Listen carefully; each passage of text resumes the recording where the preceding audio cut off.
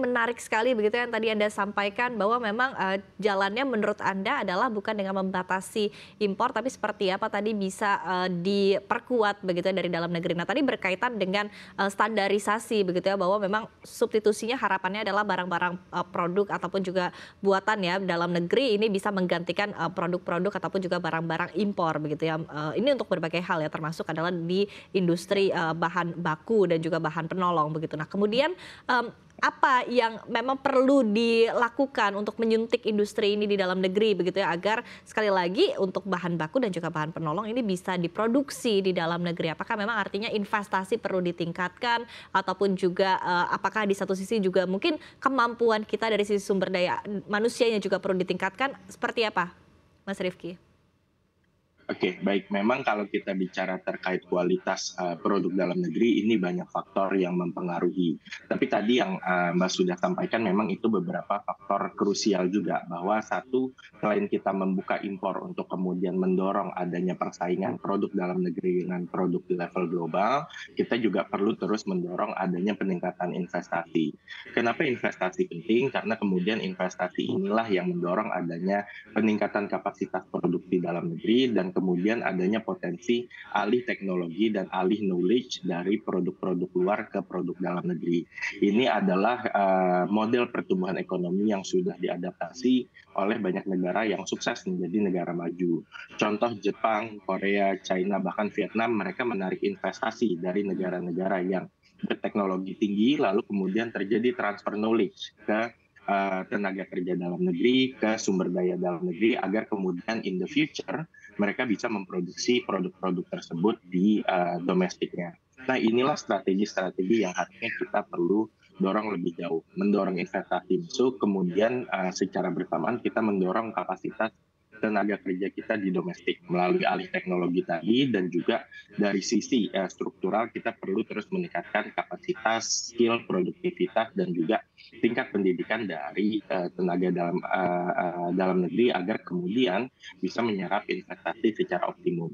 Karena kalau kita lihat dari banyak isu investasi, salah satu yang cukup sering muncul adalah rendahnya kualitas tenaga kerja Indonesia dibandingkan beberapa negara lain seperti misalnya Vietnam atau Taiwan. Oke, baik. Nah, tapi apakah memang di satu sisi artinya itu ya menjadi faktor-faktor krusial begitu untuk investasi di sektor manufaktur di dalam negeri? Karena kalau kita lihat begitu ya, Mas Rifki, ini menarik untuk kita lihat lagi, kita gali lagi lebih dalam. Tampaknya memang terjadi secara tren, mungkin bisa dikatakan ada skip begitu ya dari tren untuk investasi di sektor manufaktur. Saat ini juga kalau kita lihat alih begitu ya sudah mulai lebih advance lagi berkaitan dengan hilirisasi, berkaitan dengan upaya untuk transisi energi begitu salah satunya begitu, sehingga akhirnya kalau kita lihat tampaknya memang kecenderungan dari investor untuk berinvestasi di sektor manufaktur ini malah justru kurang begitu. Apa yang bisa diperbaiki berkaitan dengan hal ini? Apakah memang artinya mungkin bisa dikatakan ya untuk mengambil untung begitu dari investasi di sektor manufaktur ini cukup sulit untuk dilakukan di dalam negeri, Pak Rifki? Ya, memang kalau kita lihat isu investasi ini adalah isu yang cukup struktural di Indonesia dan sudah terjadi dalam beberapa waktu. Tapi kalau kita lihat beberapa tahun belakangan ini pemerintah sudah banyak melakukan progres dalam konteks peningkatan iklim investasi. Kemarin kita sudah meluncing Omnibus Law Cipta Kerja, lalu kemudian kita meluncing online single submission risk-based approach, dan berbagai kebijakan lain. Tujuannya adalah salah satunya untuk mendorong peningkatan investasi. Tapi memang kalau kita melihat ada masih banyak isu yang belum terselesaikan secara baik di Indonesia. Satu terkait aspek penegakan hukum, lalu kemudian terkait akuisisi lahan, dan juga kejelasan regulasi terkait investasi ini memang masih menjadi tantangan untuk investor bisa masuk ke Indonesia. Jadi dari sisi institusi, dari aspek hukum ini juga masih banyak yang perlu diperjelas dan diperbaiki ke depannya agar kemudian investasi bisa masuk. Lalu tadi juga saya sudah sempat mention sedikit terkait ketenaga kerjaan. Tenaga kerja di Indonesia ini memang tingkat skillnya atau tingkat daya saingnya pasti relatif tertinggal oleh beberapa negara lain. Dan di sisi lain juga kita tidak memiliki labor yang paling murah dibandingkan negara-negara berkembang lainnya, sehingga ini juga menjadi isu daya saing tersendiri untuk menarik investasi. Tapi memang isu terkait ketenagakerjaan, produktivitas, dan aspek hukum serta institusi ini memang kita melihat sudah ada beberapa progres beberapa waktu belakangan. Tinggal ke depannya bagaimana ini bisa diimplementasikan secara baik dan mengingat ini kita memasuki periode transisi pemerintahan agar kebijakan-kebijakan yang sudah progresif ini kemudian bisa di-expand dan justru tidak mundur kembali gitu terkait aspek hukum atau peningkatan kapasitas produktivitas tenaga kerja tadi. Oke, baik. Tapi menurut Anda sendiri begitu ya Pak Rifki, apakah progres ini memang cukup begitu ya, artinya inline dengan target kita? Kita ketahui target utama kita untuk menjadi Indonesia maju di tahun 2045 dan ini juga ada langkah-langkah strategis yang perlu dilakukan termasuk adalah dalam upaya untuk tadi ya peningkatan sektor manufaktur di dalam negeri. Seperti apa Anda melihatnya, apakah memang sudah bisa kita katakan cukup begitu ya untuk kondisi yang ada saat ini?